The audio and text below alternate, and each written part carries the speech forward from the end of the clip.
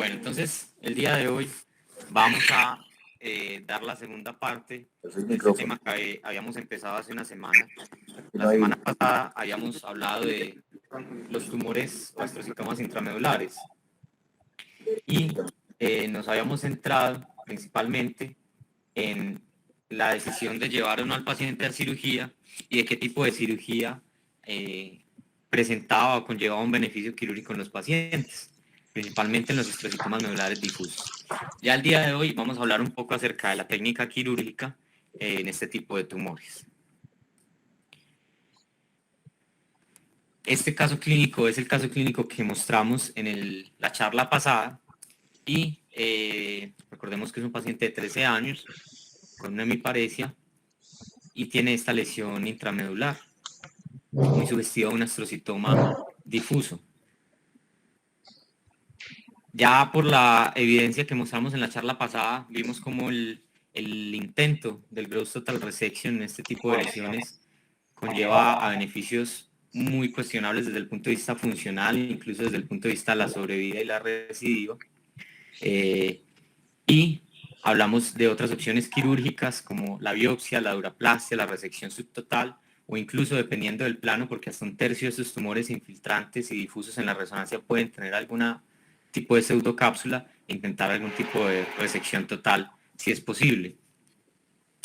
Sin embargo, quisiera preguntar a los profesores que están conectados o a algunos compañeros, enfrentándonos a este caso desde el punto de vista quirúrgico, si solicitarían algún tipo de imagen adicional o entrarían a operar al paciente con esta imagen, si en caso de realizar abordaje quirúrgico tienen en mente algún tipo de mielotomía a utilizar, si solicitarían neuromonitoreo en este caso y en todos los casos de tumores intramedulares o en algunos no, si están con el neuromonitoreo cuando deciden parar en cirugía y si utilizarían o no aspirador ultrasónico.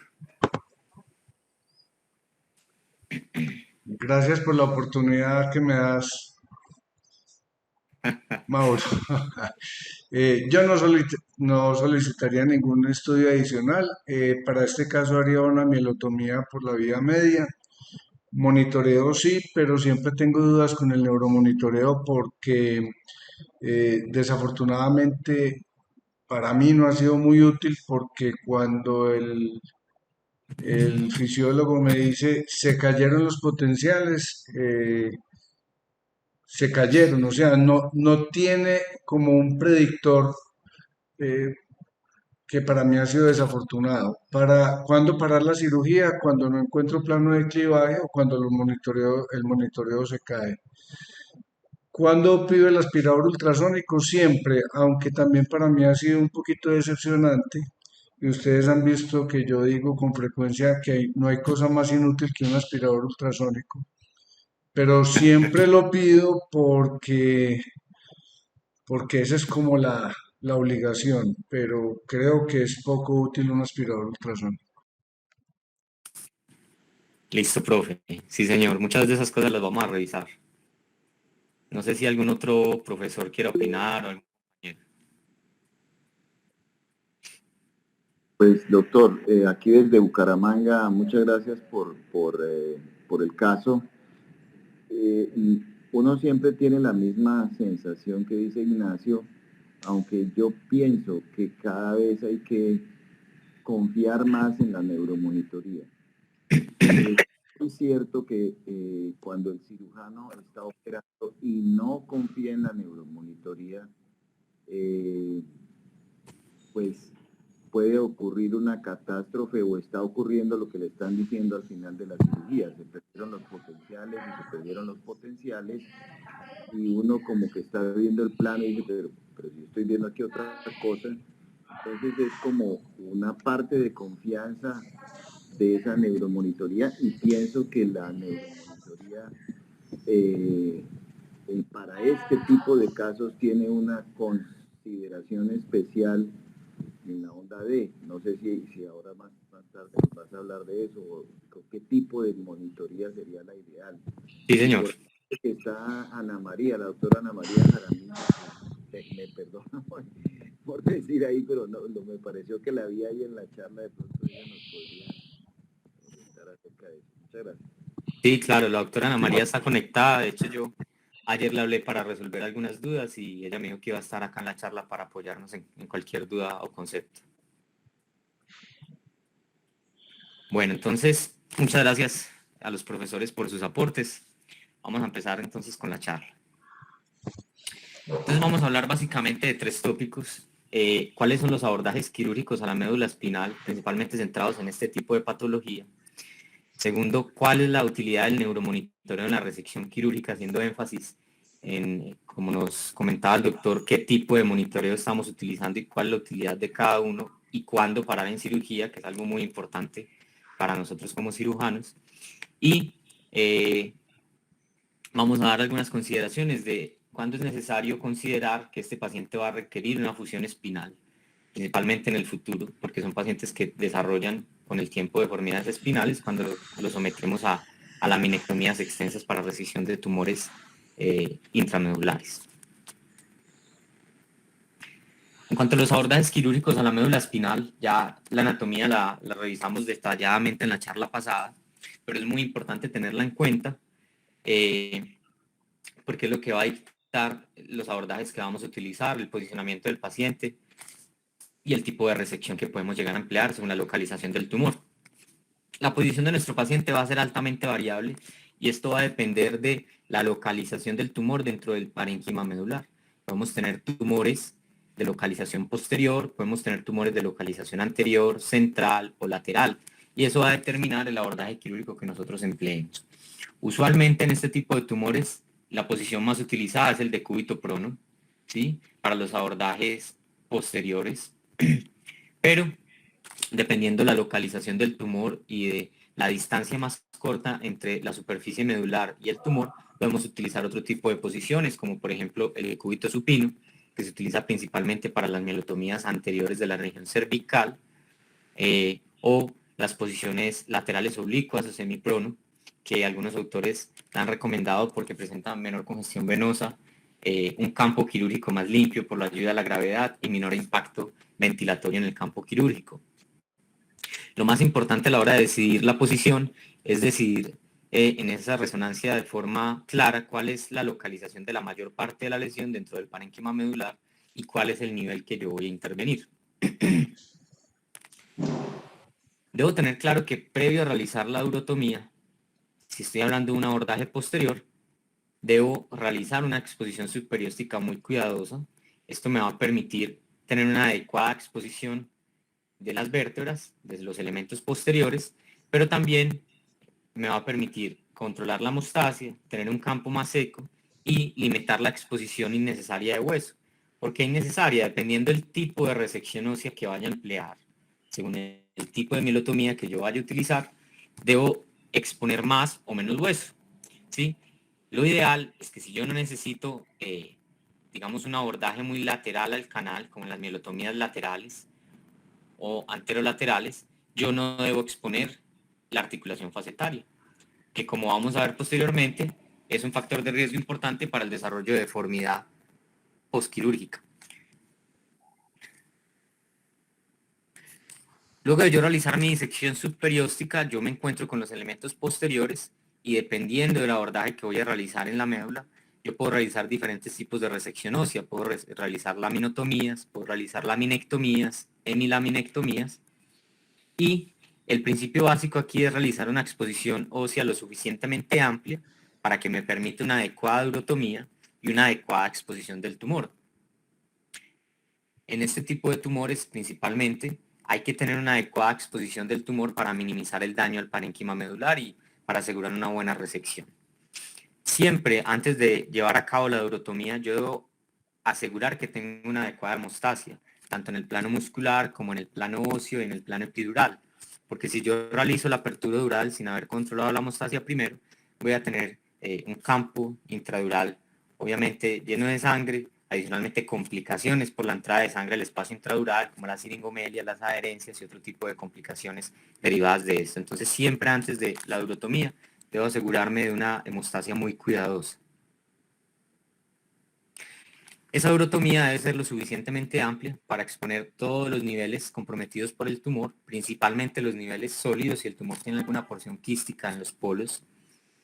Y hay diversos tipos de urotomía. La más común es la urotomía por línea media, la cual puedo realizarla con diversos instrumentos. Los más utilizados son el bisturí y continuar con el gancho, o los cuchilletes de oftalmología angulados de 15 grados, y es ideal colocar posteriormente puntos de tracción dural para mantener el campo abierto de lado a lado y mejorar la exposición medular.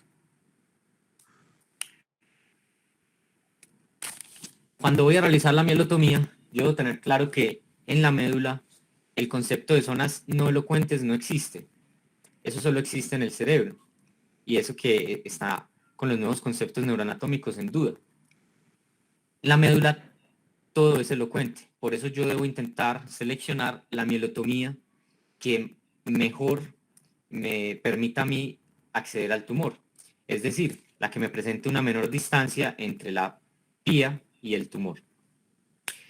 Adicionalmente, yo debo determinar por la resonancia prequirúrgica y por algunas ayudas diagnósticas y por la anatomía de superficie medular cuál es la mejor mielotomía para mi paciente.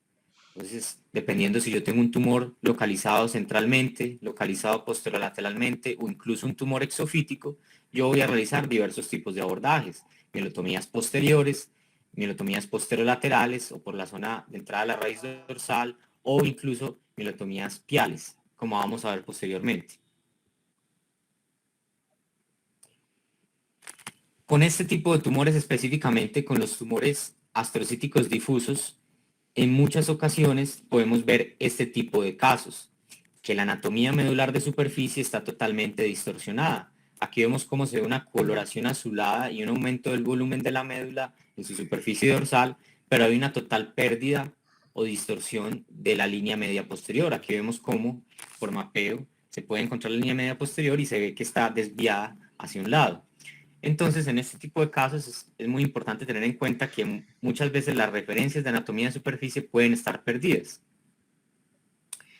Cuando hablamos de la mielotomía por el surco medio posterior, como lo comentaba el doctor Ignacio, este es el abordaje más comúnmente realizado para la mayoría de tumores astrocíticos y en general gliales de la médula. ¿Cómo vamos a ubicar el surco medio posterior? De varias formas. Una forma es ubicar el punto medio entre los surcos posterolaterales, es decir, ubico la zona de entrada de la raíz dorsal o el DRES a un lado, al otro lado, y el punto medio entre estos dos es el punto del surco medio posterior de la médula. Esa es una forma anatómica de realizarlo. Otra forma, por medio de anatomía de superficie, es identificar dónde esos pequeños vasos que confluyen hacia la línea media y cambian en su dirección hacia 90 grados para entrar al surco medio posterior, descienden. Y normalmente este es el límite del surco medio posterior medular. Sin embargo, como ya vimos, algunos tumores van a distorsionar. Si nosotros vemos acá esta fotografía intraoperatoria, vemos como los vasos del surco medio posterior se han perdido y la anatomía se ha distorsionado. ¿Qué podemos hacer para esto? Podemos emplear algunas técnicas de neuromonitoreo, entre ellas el mapeo de los cordones posteriores. Es muy importante a la hora de realizar las mielotomías y principalmente esta mielotomía por el surco medio posterior, valorar de forma preoperatoria e intraoperatoria si hay la posibilidad con algunas técnicas de tinción, el patrón de irrigación y drenaje medular. Porque como nosotros vemos acá y recordamos en la charla de anatomía, nosotros tenemos en la superficie posterior dos arterias espinales, una vena espinal posterior y algunas venas que vienen de todo ese vasa corona que da la irrigación medular. En ocasiones vamos a poder tener un patrón vascular como este por el surco medio posterior y de nuestra análisis preoperatorio e intraoperatorio de la importancia de ese vaso en la irrigación, en el drenaje venoso medular, dependerá de si podemos coagular o no para realizar la entrada al surco medio posterior. En general, algunas venas pueden sacrificarse siempre que consideremos de una forma cuidadosa cuál es el patrón de drenaje de la superficie medular de este paciente. Posterior a realizar una coagulación de la superficie medular con el bipolar a baja intensidad, nosotros realizamos un corte con el bisturí y posteriormente una disección con el microdisector. Este es un surco que es profundo y como nosotros vemos hay una guía neuroanatómica y es la disposición vertical de los vasos que van entrando por el surco medio posterior, que a medida que nos adentramos al surco se van haciendo más largos y esto nos hace orientar sobre que estamos en el surco medio posterior. Siempre es importante que al igual que la laminectomía y la urotomía deben extenderse para descubrir toda la superficie medular involucrada con tumor, la mielotomía debe ser igualmente extensa para exponer los límites craneocaudales de la lesión. Otro tipo de mielotomía es la mielotomía por el surco posterolateral o mielotomía DRES, y esto lo que hace es ubicar el surco posterolateral. El surco posterolateral se da por la unión de los puntos de entrada de la raíz dorsal.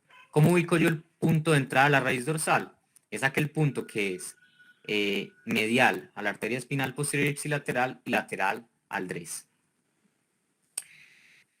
Si yo conecto todos estos puntos en la superficie medular, voy a tener el surco posterolateral, como lo vemos acá. Estos son los puntos de entrada de la raíz dorsal y cuando los conecto tengo ese surco posterolateral. Para yo hacer este tipo de abordajes voy a requerir una laminectomía amplia, ¿sí? Que exponga la superficie pedicular medial ipsilateral para yo poder tener una adecuada exposición medular. Adicionalmente debemos recordar que hay aquí una correlación neuroanatómica muy estrecha con el tracto de Lissauer a la hora de realizar la mielotomía porque estamos dividiendo las columnas dorsal y lateral y debe hacerse con técnica de microdisección muy cuidadosa para evitar complicaciones. Aquí vemos un paciente que tenía un ependimoma en realidad y por una mielotomía del surco posterolateral se ha resecado la lesión. Cuando hablamos de estos dos tipos de mielotomías, que probablemente son las más frecuentes, podemos ver desventajas y ventajas de cada una. La ventaja de la mielotomía por el surco medio posterior es que hay una menor probabilidad de lesión de la vía motora y nos permite realizar una laminectomía menos extensa. En este caso no hay que exponer la superficie facetaria ni el límite pedicular medial de la vértebra para lograr una adecuada exposición de la médula en este tipo de mielotomía. La ventaja de la mielotomía posterolateral es que muchas veces la anatomía distorsionada de superficie nos impide ver el surco medio posterior, como lo vimos en los tumores astrocíticos difusos. En este caso, va a ser mucho más fácil identificar el punto de entrada de la raíz dorsal en la médula y va a ser mucho más fácil anatómicamente realizar una mielotomía posterolateral en este tipo de casos. Por otro lado, la mielotomía posterior, como vemos, tiene una desventaja y es que conlleva mayor riesgo de daño a las columnas dorsales y a menudo le damos mucha importancia a los déficits motores, pero el déficit propioceptivo también genera gran alteración en la calidad de vida de los pacientes, genera alteraciones en la marcha, genera disestesias dolorosas y en este tipo de abordajes posterolaterales hay menos riesgo de déficits relacionados con el daño de la columna dorsal y conlleva, por lesión del tracto de Lissauer en ocasiones, a mayor probabilidad de alivio del dolor. Sin embargo, una de las desventajas de este abordaje posterolateral es que al estar más cerca del funículo lateral hay mayor riesgo de probabilidad de generar déficits motores que pueden ir entre el 3 y el 14% por lesión del tracto corticoespinal y esto va a ser más frecuente en los niveles dorsales, donde hay menor espacio entre los tractos. Otra desventaja de esta mielotomía posterolateral es que se requiere una laminectomía extensa para poder llegar a este punto. En cuanto a las desventajas de la mielotomía por línea posterior, es el daño a las columnas posteriores que se ha encontrado tan alto como hasta en el 70% de los casos y que puede conllevar a disestesias dolorosas en un número importante de casos también. Otro abordaje de la médula espinal es la mielotomía lateral.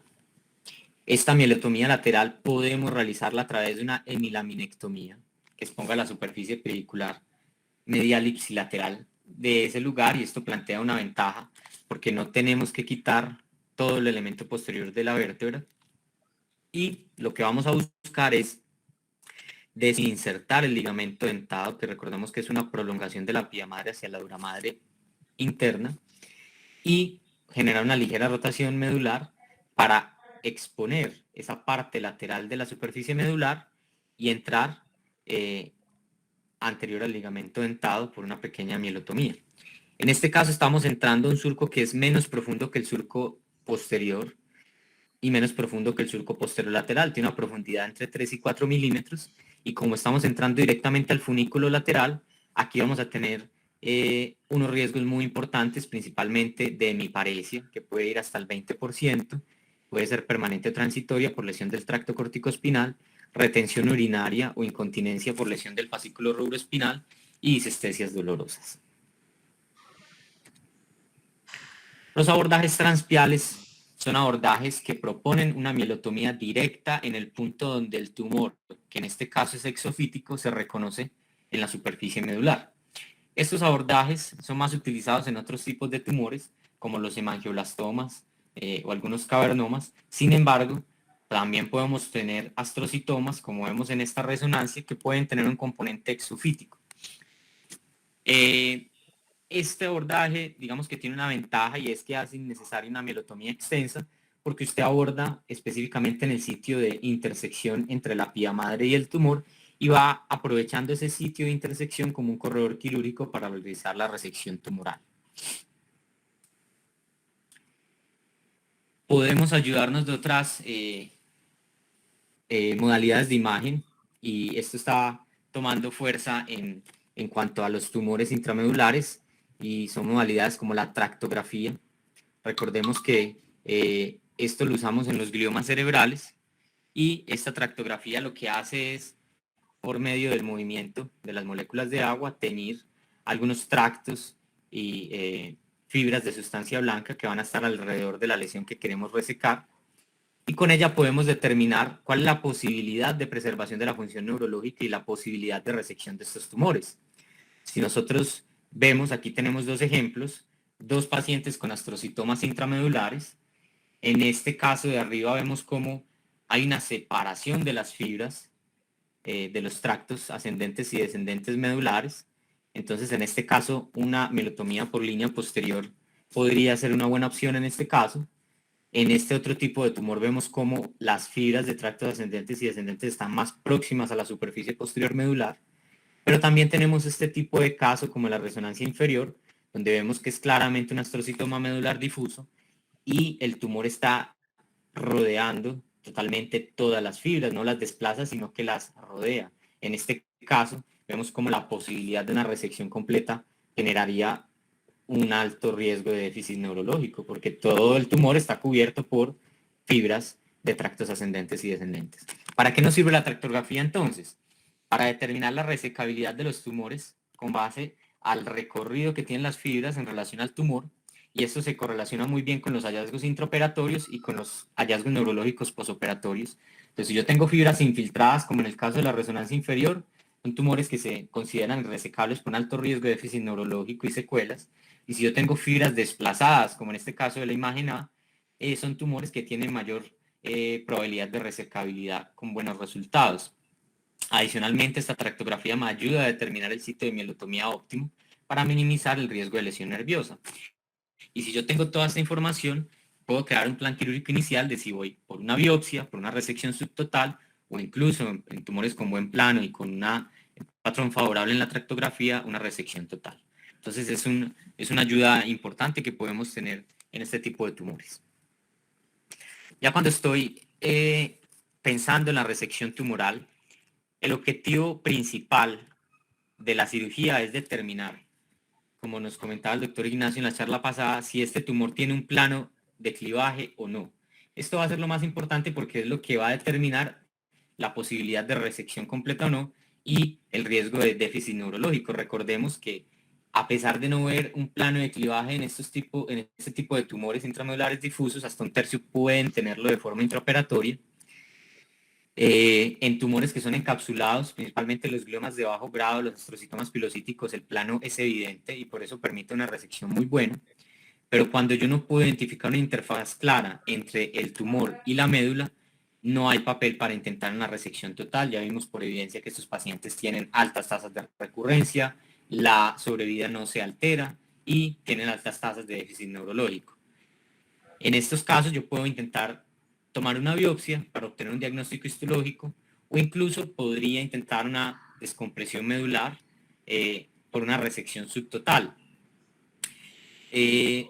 Digamos que recientemente hemos tenido el aspirador ultrasónico y ha tomado un papel importante en la cirugía oncológica y también un papel importante en el manejo de los tumores intramedulares, porque se ha dicho en los artículos que se disminuye la necesidad de tracción medular con el uso del aspirador ultrasónico.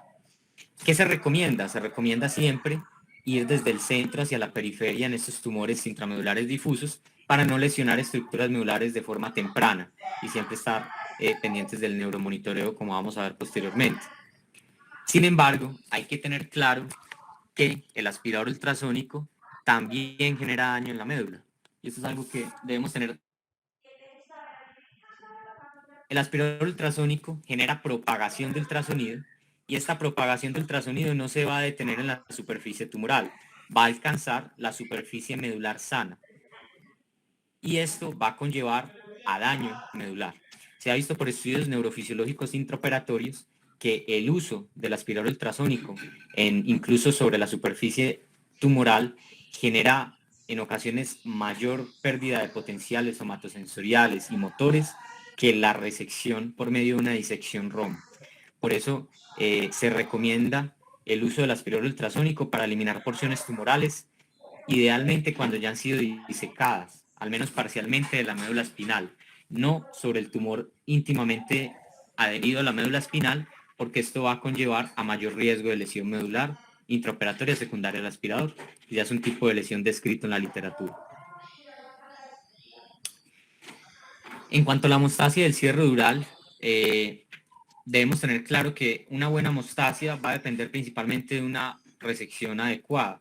Cuando terminamos de resecar este tipo de tumores intramedulares, en general la hemostasia se controla, pero en tumores que tienen un plano difuso, donde la resección completa no va a ser posible, la hemostasia debe ser realizada idealmente por medio de irrigación y por medio de presión con cotones. Una presión gentil e irrigación. Es ideal no utilizar el bipolar sobre la superficie medular, porque esto va a conllevar a mayor riesgo de déficit neurológico y algunos autores recomiendan, para disminuir las complicaciones siringomiélicas y de la cavidad del lecho quirúrgico, realizar aproximación pial con suturas 8 o 9 ceros para disminuir estas complicaciones. También se ha recomendado el uso de duraplastias, principalmente en aquellos pacientes donde no podemos realizar una resección completa del tumor y se hace la analogía con la cranectomía descompresiva. En este tipo de tumores donde nosotros realizamos una resección tumoral amplia o incluso una resección subtotal o una biopsia, puede haber una especie de síndrome compartimental por edema medular y al yo generar un cierre dural hermético no voy a permitir que la médula se expanda y eso conlleva mayor deterioro neurológico en el posoperatorio. Por eso algunos autores recomiendan realizar una duraplastia, principalmente en este tipo de tumores difusos donde puede haber cierto grado de lesión medular y edema posoperatorio. ¿Cuál es la utilidad del neuromonitoreo en la cirugía de los tumores intramedulares? El uso del neuromonitoreo intraoperatorio ya ha demostrado en diversos estudios que conlleva a que el cirujano pueda lograr una mejor tasa de resección tumoral y esto se ha asociado a una disminución de la morbilidad neurológica posoperatoria. El neuromonitoreo actualmente en los tumores medulares lo podemos dividir en tres. El monitoreo de los potenciales evocados somatosensoriales, donde vamos a utilizar usualmente el nervio mediano y el nervio tibial, y lo usamos para monitorizar las columnas dorsales. Y esto nos va a dar con buena sensibilidad y especificidad una predicción del déficit sensitivo, más no del motor. Recordemos que una disminución del 50% en la amplitud de esos potenciales somatosensoriales, la latencia, van a ser señales de advertencia a la hora de realizar la mielotomía o la resección tumoral. Pero también hay que recordar que los potenciales evocados somatosensoriales tienen unas altas tasas de falsos positivos y deben tenerse en cuenta para no abandonar de forma temprana o injustificada la resección tumoral. Por otro lado, tenemos los potenciales evocados motores y la onda D. Esto va a evaluar básicamente los tractos corticoespinales. Cuando nosotros hacemos una resección tumoral guiada por los potenciales evocados y por la onda D, tenemos un riesgo de paraplegia menor al 1% y de paresia menor al 5%. Y si hablamos entre estos dos, el más confiable va a ser la onda D. que nos va a dar una mayor predicción del resultado motor a largo plazo de este paciente. Y por otro lado tenemos la electromiografía, que va a ser un monitoreo principalmente de las raíces. Tiene una alta sensibilidad, pero es poco exacta para la predicción de los cambios funcionales postoperatorios. Muchas veces estamos en cirugía y la persona que está encargada del neuromonitoreo nos dice lo que nos comentaba el doctor Ignacio. Se cayeron los potenciales. Entonces, ¿qué hacer en este caso? Lo primero que debemos tener en cuenta es qué potenciales se cayeron. Se cayeron los potenciales somatosensoriales, se cayeron los potenciales motores, se cayó la onda D. ¿Y cuál es el tipo de caída que presentaron los potenciales? Si yo tengo una caída de los potenciales motores, pero la onda D está sin cambios, yo no debo parar la cirugía por esto, ¿sí? Porque la onda D es la más específica para predecir los cambios motores a largo plazo del paciente y para predecir el resultado a largo plazo. En este caso, yo puedo intentar una manipulación quirúrgica en otro sitio diferente al donde estoy, o puedo intentar algunas maniobras para valorar continuar con la cirugía. ¿Cuáles son las maniobras que yo puedo realizar desde el punto de vista intraoperatorio cuando hay una caída de los potenciales o una pérdida de los potenciales? Parar la disección o la resección tumoral en el punto donde estoy, irrigar con solución salina tibia o Harman, elevar la tensión arterial media entre 10 y 20 milímetros de mercurio, y algunos autores también hablan del uso local de papaverina. Con este tipo de medidas yo puedo dar tiempo a la médula para recuperar los potenciales motores, somatosensoriales o la onda D. Cuando yo tengo pérdida de los potenciales motores y no tengo cambios en la onda D, yo realizo este tipo de maniobras y espero a ver si hay una recuperación de los potenciales motores. Sin embargo, si yo no tengo recuperación de los potenciales motores y los he perdido incluso unilateralmente, pero no tengo cambios en la onda D, puedo continuar con mi resección tumoral. Ahora, si yo tengo una disminución de la onda D de más del 50%, ahí sí debo parar la cirugía y hasta que la onda D no se recupere, no puedo continuar con la cirugía. ¿Por qué? Porque esto sí predice un déficit motor permanente. Y siempre que yo tenga una falta de monitoreo de la onda D, yo no puedo continuar con la cirugía si no tengo potenciales motores. Lo que decía el doctor Ignacio, a veces están en la resección tumoral y dicen se cayeron los potenciales y ya es demasiado tarde. ¿Cuál es ese tiempo entre la percepción de daño medular en los potenciales y la agresión medular en la cirugía? En realidad es muy rápido. Si hablamos de los potenciales motores y la onda D es inmediato. Sin embargo, los potenciales motores y la onda D no se realizan de forma continua durante la cirugía, se realizan en puntos específicos y ahí es donde viene la importancia de la persona que está haciendo el neuromonitoreo para saber cuáles son los puntos críticos de la cirugía y realizar la estimulación para tener en cuenta los potenciales motores o la onda D. Por otro lado, los potenciales somatosensoriales, como sabemos, la respuesta viene de la promediación de esos trazados electrográficos y va a tener un retraso en la respuesta dependiendo del equipo de entre 1 y 5 minutos con respecto a la cirugía. Entonces, estos son los tiempos más o menos que tenemos con el neuromonitoreo. Hay que tener claro que no es prudente detener la cirugía por una caída única de los potenciales evocados somatosensoriales, porque es frecuente su caída al inicio de la cirugía y principalmente en las mielotomías de línea media posterior. Y esto no se correlaciona totalmente con un déficit postoperatorio en la propia sección y pueden demorarse en volver hasta 30 minutos, 20, 30 minutos. Los cambios observados en los potenciales motores y en la onda D en su mayoría son reversibles, siempre y cuando lo reconozcamos de forma rápida. Si la persona encargada del neuromonitoreo nos avisa de forma rápida de un cambio en la onda D o en los potenciales motores y nosotros tomamos estas medidas correctivas, en su gran mayoría esos cambios son revertibles. Si nosotros tenemos una caída de los potenciales motores y es la primera caída, es inapropiado también abandonar la cirugía. Incluso algunos autores en este tipo de tumores intramedulares pediátricos recomienda la regla de los 3 strikes para la caída de los potenciales motores. Obviamente teniendo en cuenta la presencia de la onda D, que siempre debe estar presente en la resección. ¿Cuándo vamos a abandonar la cirugía? vamos a abandonar la cirugía.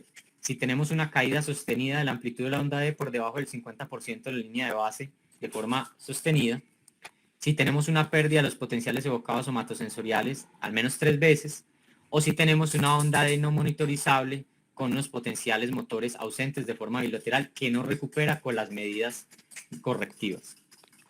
En ese caso, es necesario parar la cirugía, porque la predicción de deterioro neurológico posoperatorio es muy alta. Este es otro tipo de neuromonitoreo que puede ser útil principalmente a la hora de planear la mielotomía posterior. Como vimos en las imágenes previas, la anatomía de superficie medular está distorsionada por estos tumores. Entonces, lo que hacemos es mapear las columnas dorsales, porque muchas veces lo que tenemos que encontrar es la línea media posterior neurofisiológica, no anatómica, es decir, por el desplazamiento de las fibras, esa línea media posterior puede estar desviada. Entonces esto puede hacerse por 3 formas: por potenciales evocados somatosensoriales en la médula, por potenciales de acción nerviosos sensoriales antidrómicos o por potenciales evocados sensoriales de inversión de fase en cuero cabelludo. De todos, la inversión de fase de cuero cabelludo es el método más rápido y sencillo, y que ha demostrado los estudios que esto disminuye la lesión de las columnas dorsales, que puede ser de un 50-70% a un 10%. ¿Cuándo es necesario la instrumentación espinal en este tipo de pacientes? Hay que tener claro cuáles son los factores de riesgo para deformidad espinal posoperatoria.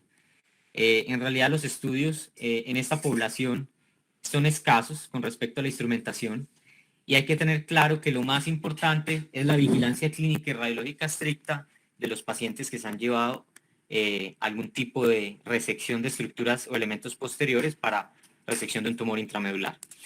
Los principales factores de riesgo son pacientes que se han sometido a cirugía y tienen una edad menor de 8 años, pacientes con lesiones quirúrgicas, es decir, resección de láminas en la unión dorso-lumbar, pacientes con resección de más de 3 niveles, pacientes que tienen una lesión de la articulación facetaria o de la superficie pedicular, pacientes que se someten a radioterapia posoperatoria, que tenían una siringomelia de forma prequirúrgica o que se presentan clínicamente con signos de mielopatía. Estos factores de riesgo tienen una predicción importante para desarrollo de deformidad espinal posoperatoria.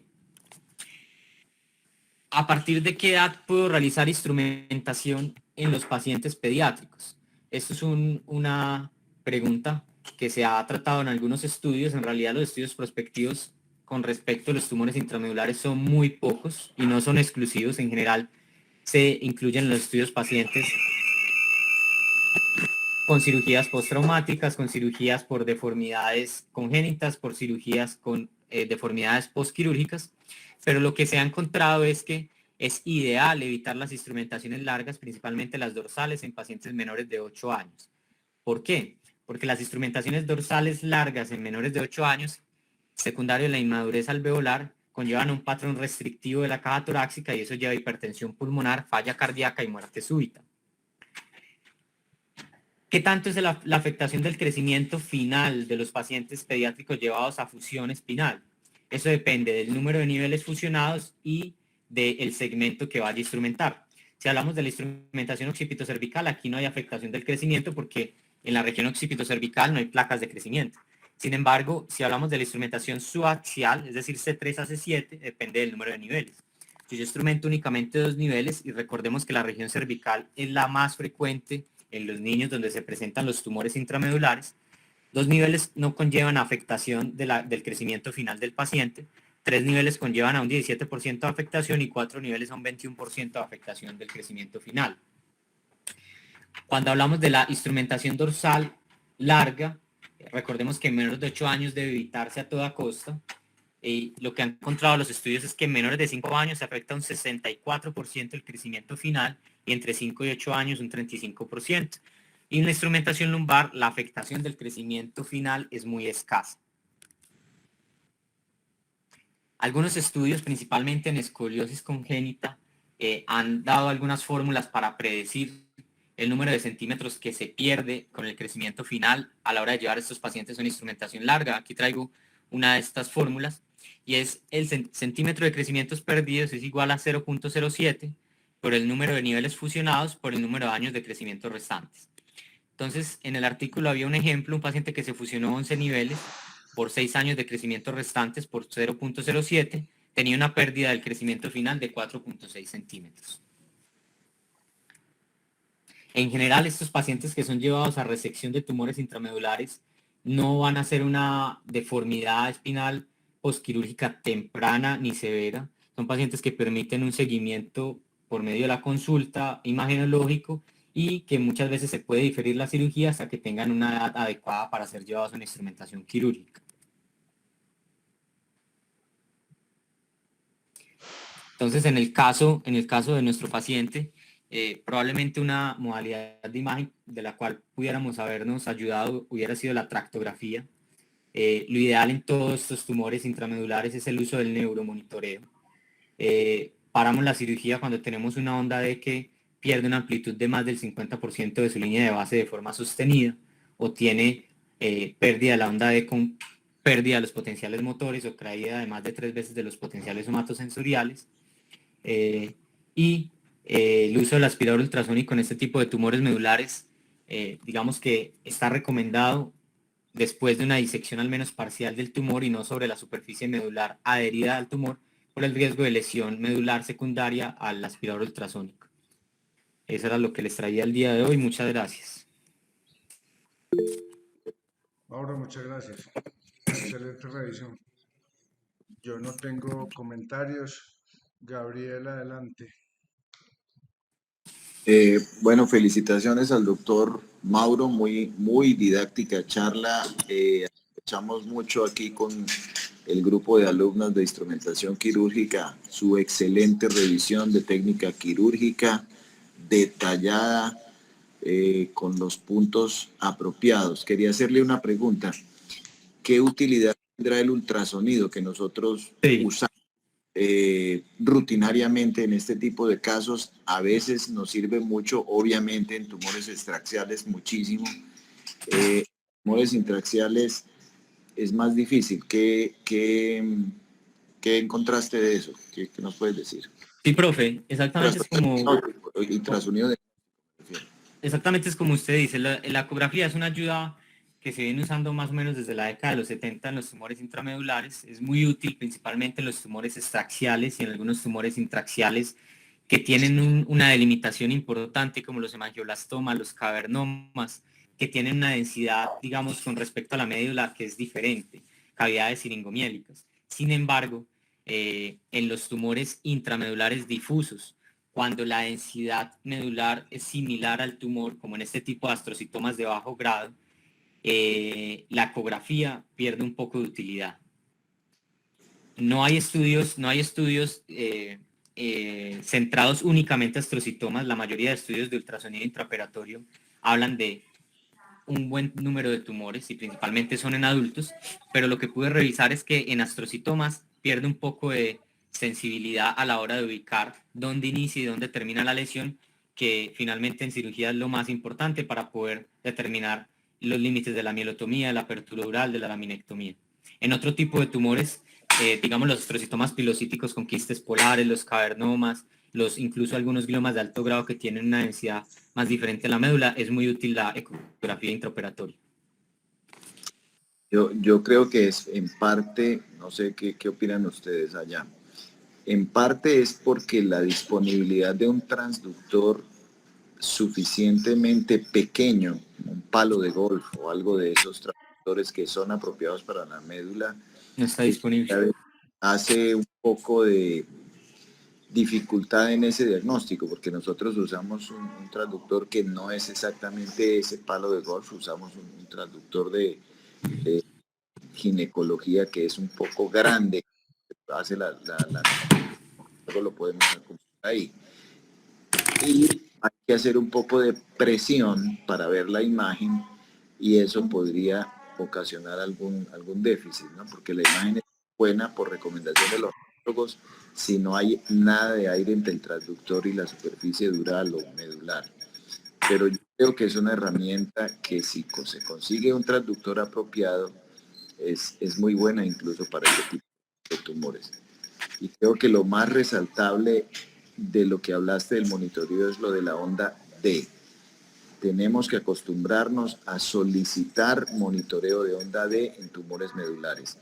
Uno tiene la tendencia a quedarse tranquilo con potenciales evocados motores y somatosensoriales, y usted dijo muy bien la importancia de esa onda D.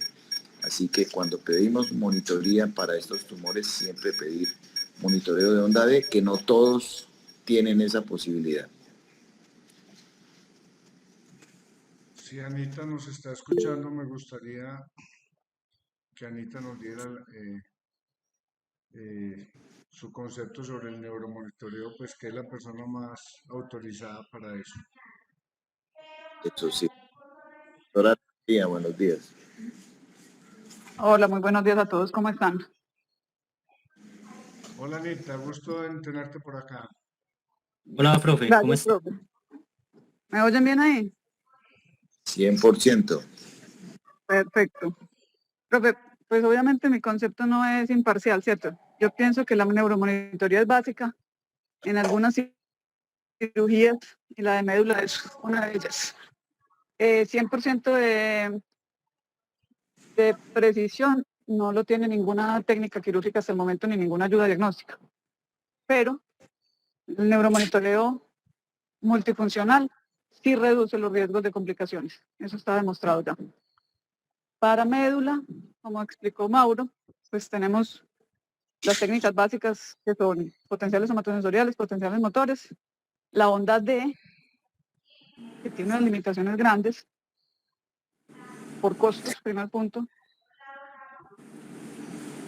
Y segundo, porque usted necesita que haya cordón medular más abajo de la lesión para poder monitorizar la onda D, que es la que le importa a usted, no la proximal. La proximal va a estar bien porque el tumor no está ahí. Usted necesita que haya cordón medular monitorizable por debajo del nivel de la lesión. Muchas de estas lesiones en el cono o si son lumbares dorsales muy bajas, no va a tener usted posibilidad de hacer onda D. En cuanto al mapeo de cordón medular, para ubicar cordones posteriores, ya se supone que comercialmente hay una grilla chiquitica para poder ubicar bien la línea media. Lo que pasa es que en el país no ha llegado todavía. Creo que no tiene registro INVIMA y el costo debe ser muy alto. Lo único que yo añadiría a lo que Mauro dijo, cuando se caen los potenciales, las medidas que él dijo son las iniciales, pero yo sumaría administrar dexametasona. La dexametasona ha demostrado efectividad intraquirúrgica para volver a aparecer señales que se habían perdido en cirugía. Entonces sería lo único adicional. El protocolo está bien: parar maniobras, irrigar abundantemente el campo, elevar presión arterial, pedir al anestesiólogo que verifique cómo estamos de hemoglobina y de temperatura en el paciente, que no esté acidótico. Si hay papaverina, se administra papaverina. Si no tenemos papaverina, no se administra, pero pasamos a dexametasona. Yo he visto muy buenos resultados administrando dexametasona intraoperatoriamente. Un bolo grandecito de 8 a 12 miligramos. ¿Qué más les puedo decir? No, pues si tienen alguna duda, algún otro comentario. Lo que dijo Mauro, los potenciales somatosensoriales son los más sensibles a los cambios. Ellos van a chillar primero que los motores. No por eso quiere decir que sean insignificantes. Hay que estar pendientes de los cambios de ellos. Cuando hay un cambio en somatosensoriales hay que tomar conducta, porque lo que sigue es que va a haber un cambio en potenciales motores. Y los potenciales motores son muy resistentes, pero cuando se caen es más difícil que regresen que los somatosensoriales. La onda D, como dijimos, muy importante. Si hay onda D, así se hayan caído los motores, se puede continuar el procedimiento. Lo difícil es tener el electrodo de onda D y que la localización del tumor permita tener monitorización de onda D. No todos los tumores lo permiten. Es un electrodo largo, meta bastante espacio de cordón medular por debajo del nivel de la lesión para poder monitorizar la respuesta. Y es posible que por la desincronización del estímulo, desde el principio ocasionada por el tumor, uno no tenga onda D monitorizable, por más que tenga el catéter y por más que tenga médula, longitud de médula suficiente para ponerlo. Anita, gracias. Antes de darle la palabra a Gustavo, eh, yo tengo una duda. Si no tenemos onda D, ¿ustedes tienen algún factor predictor que le pueda decir a uno, ojo? Porque es que lo que yo he visto, pues, y he estado en algunas contigo, es que se cayó todo, doctor, se cayó todo. Y realmente cuando el paciente despierta, despierta parapléjico, porque se cayó todo. Y uno iba bien. Sí, y uno iba con un plano bueno, estaba uno tranquilo y de un momento a otro, ¡pare! Se cayó todo. Entonces, esa ha sido como mi decepción cuando no hay onda D. Es la pregunta que te hago. ¿Tienes algún factor predictor que pueda evitar eso que me ha pasado a mí en varias oportunidades? Profe, pues veamos. Lo primero es tener, por ejemplo, anestesia con total intravenoso, no halogenados. Si estamos con TIVA y los somatos empiezan a protestar, hay que poner atención, hay que ir tomando medidas, hay que parar maniobras, hay que ir verificando el sitio donde estamos operando a ver si se puede seguir por otro lado, porque cuando los motores se caen es más difícil que vuelvan. Pero en general, o sea, que se pierdan todas las respuestas de una, a mí me ha pasado por ahí 2 o 3 veces nomás. Y han sido siempre tumores metástasis, nivel T7. Las 3 veces que me ha pasado eso han sido metástasis a nivel T7. Y yo pienso que fue Amkewitz. Yo pienso que fue la arteria, cordón anterior que se quedó sin flujo y se caen todas las respuestas de una, incluso las posteriores, que no entiendo muy claramente por qué, siendo que yo pienso que es Amkewitz la que pone el problema ahí. Pero de resto, ellos sí empiezan a dar señales. Empiezan los somatosensoriales a ponerse más chiquitos, a alterar la latencia y los motores a ser más difíciles de salir. O sea, empiezan a pedir más facilitación. Le tiene que dar uno más intensidad de estímulo y obtener respuestas más chiquitas. Entonces uno va advirtiendo, uno va hablando con el anestesiólogo, súbame la presión, pongámosle dexametasona y trata de llevarlo así hasta donde permita. Pero a veces cuando se caen los motores es muy difícil reversarlo, profe. En tumores medulares. El cerebro es más fácil. Pero médula, como dijo Mauro, no tiene áreas no elocuentes. Entonces, cuando se produce un daño, generalmente ya es difícil reversarlo. La onda D sí ayuda mucho, pero como le digo, no siempre la podemos tener. A veces el tumor no permite, por la desincronización, por la localización, no tenemos espacio para meter el catéter en la parte distal del tumor, que es la que necesitamos verificar. Y a veces no, o sea, es que el costo es prohibitivo. Cada catéter de todo vale como $800 cada uno, y necesitamos 2 para cirugía. Y se supone que son desechables. Gracias, Anita. Estaba adelante. Buenos días, Nacho. Buenos días a todos. Varios comentarios. Digamos que el objetivo más importante en tumores medulares, especialmente pues obviamente en tumores medulares malignos, como los astrocitomas, es la resección total. Y digamos que todo el esfuerzo quirúrgico debe ser dirigido a eso. Y eso obviamente se correlaciona claramente con la sobrevida libre de progresión. Entonces, digamos que para mí en este momento es un fracaso quirúrgico no hacer una resección completa de cualquier tumor medular, inclusive los astrocitomas. Hay pacientes que obviamente pues es imposible hacerlo, Es que yo no puedo pero cuando contestar, no se porque hace si contesto, es simplemente un tumbo a todo el fracaso, mundo. No, porque ya mira, sabemos que la radioterapia no es que tiene mira esto. utilidad en estos pacientes porque las dosis efectivas para el tumor exceden la tolerancia de la médula. Entonces, todos los esfuerzos tienen que estar orientados en ese Ah, bueno. escenario. Y yo, esto, digamos que hago énfasis en esto porque cuando uno tiene caída de los Yo siempre potenciales tengo que o opinar. pierde las señales en cirugía, No, no, ya, o sea, vaya digamos a pipí que y ya no se vamos. debe rápidamente, digamos, tomar una decisión en cuanto a abandonar la cirugía y dejar el tumor, porque realmente ese no es el objetivo quirúrgico, el objetivo es hacer una resección completa. Entonces hay que ser muy cuidadosos y yo pienso que eso tiene que ser un consenso de un grupo de expertos, o sea, los tumores medulares, especialmente los tumores complejos, digamos, yo digamos que saco de aquí el ependimoma, que es una cirugía relativamente, entre comillas, fácil y muy limpia, pero los astrocitomas sí deben ser intervenidos por el mejor grupo quirúrgico de tumores medulares, porque digamos que en cirugía tiene que haber un personal con la capacidad, digamos, académica para tomar una decisión acorde a lo que el paciente necesita y muchas veces esa necesidad oncológica puede superar. ¿Ahí me escuchan? Muy bien, muy Esa bien. necesidad oncológica del paciente puede superar las expectativas funcionales.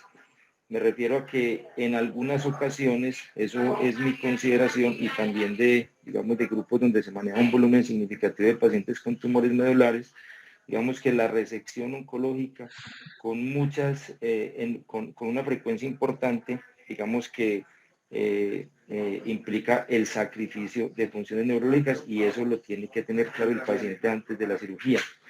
Hemos tenido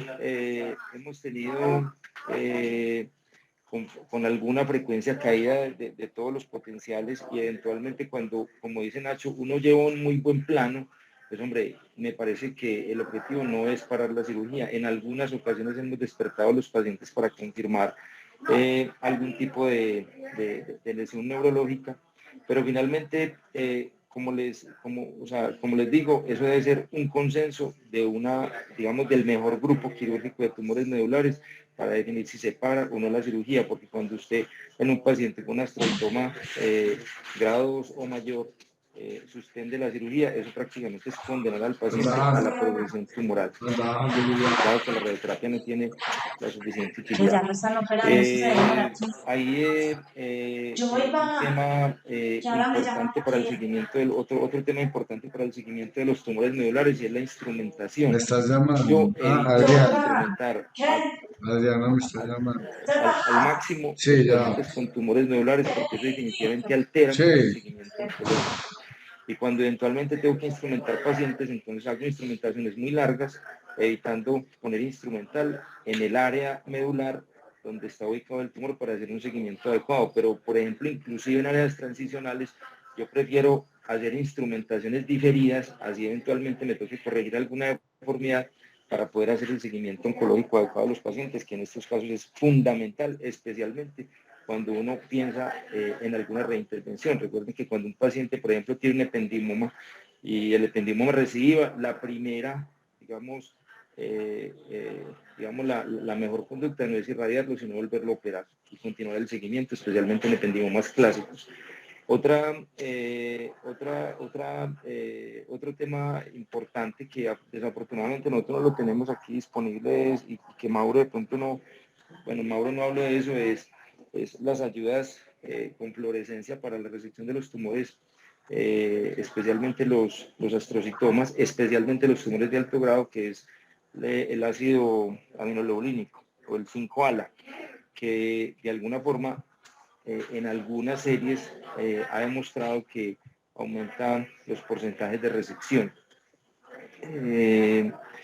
Y en cuanto a la onda E, pues definitivamente la onda E pues es la mejor modalidad de monitorización que tenemos. Lo que yo he visto que la onda E, como dijo Ana, se sincroniza mucho en los pacientes que tienen siringomielias muy extensas.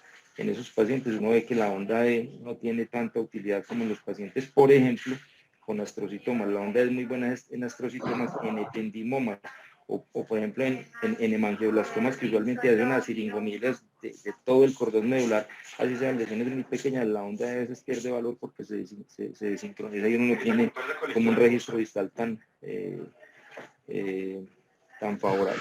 Eso era lo que tenía para decir. gracias, Tao. ¿Algún otro comentario? Gabriel, te agradezco por tu presencia. Sí, yo, ¿Quién? Hola, Eduardo. yo Nacho. Qué pena no te había Buenos días visto. a todos. Tranquilo, tranquilo. Muy buenos días a todos. Mauro, muy buena la presentación, muy buena y muy bueno el complemento con respecto a la charla de la semana pasada. Yo quería, de pronto, no sé si Gustavo oyó la charla de la semana pasada, que fue precisamente hablando de la necesidad de intervención o no intervención, y creo que tratando de poner el contexto, porque se juntaron adultos y niños en lo que hablamos, pero creo que tratando de poner en contexto lo que estamos hablando, y es principalmente niños no adultos, como el predominante es el astrocitoma difuso grado 2, y como bien dijo Mauro la semana pasada, pues cada vez se intenta operar menos, porque la respuesta es muy buena a la observación con la quimioterapia. Sin radioterapia no se da radioterapia, porque cambian el estirpe y se vuelven, se malignizan más. Entonces, es importante que nos pongamos en el contexto hoy de que estamos hablando más del niño que del adulto. El adulto es más predominantemente, como dice Gustavo, más maligno, más grado 3, grado 4, necesita cosas más agresivas para las sobrevidas, pero en el contexto del pediátrico, como la mayoría del difuso es el grado 2, pues la tendencia fue la que mostró Mauro la semana pasada y el resultado ha sido muy bueno. Y el protocolo que se está utilizando ahora es precisamente ese. Se hace el diagnóstico por imagen, se le inicia la quimio, se le hace control de imágenes y el control de imágenes da un control adecuado del tumor que pues se sigue simplemente con la quimio, pero si él tiene mucha progresión o afecta mucho el estado neurológico del paciente, se interviene con todas las medidas que dijiste, Mauro, que son absolutamente pertinentes todas. En cuanto a la fijación, sí estoy absolutamente de acuerdo con Gustavo. Definitivamente, entre menos le haga uno, mejor para el seguimiento. Y tengo una salvedad en cuanto a los 8 años, porque generalmente estamos hablando de que en los mayores de 8 años ya son pacientes que pueden tener una madurez ósea adecuada y se pueden intentar hacer unas fijaciones con tornillos. En los menores de 8 años, como bien dijiste, entre 5 y 8, que es generalmente la mayoría, o por lo menos si son menores de 5 años, uno intenta llevarlos a que tengan más de 5 años para intentar fijaciones. Los ganchos son una opción que permiten, de cierta manera, estabilizar la columna y evitar una progresión a una deformidad muy severa, porque pues siempre va a ser más fácil corregir 60 grados que 120 grados. Entonces, de cierta manera, logra mantenerlo con los ganchos un tiempo, a pesar de que los estudios digan de que no es la fijación más estable de todas, de cierta manera por la limitante de la edad y la limitante del sistema del instrumental para niños menores de 5 años, pues termina siendo una solución alterna, sin ser la mejor obviamente. Pero de cierta manera trata uno como de individualizar el paciente y mantenerlo ahí, entre menos tenga que hacerle uno, obviamente mejor. Estoy de acuerdo absolutamente con Gustavo para el seguimiento, porque no solo da mucha interferencia para la imagen, para el seguimiento, sino que permite tomar decisiones más acordes. Pero en general, cuando ya se toma la decisión, dependiendo del protocolo, en estos niños, de tomar la decisión quirúrgica, pues las técnicas, así tal cual con todo lo que hablaste, Mauro, son absolutamente pertinentes porque pues aplican en todo sentido. Muchas gracias. Gracias, Eduardo.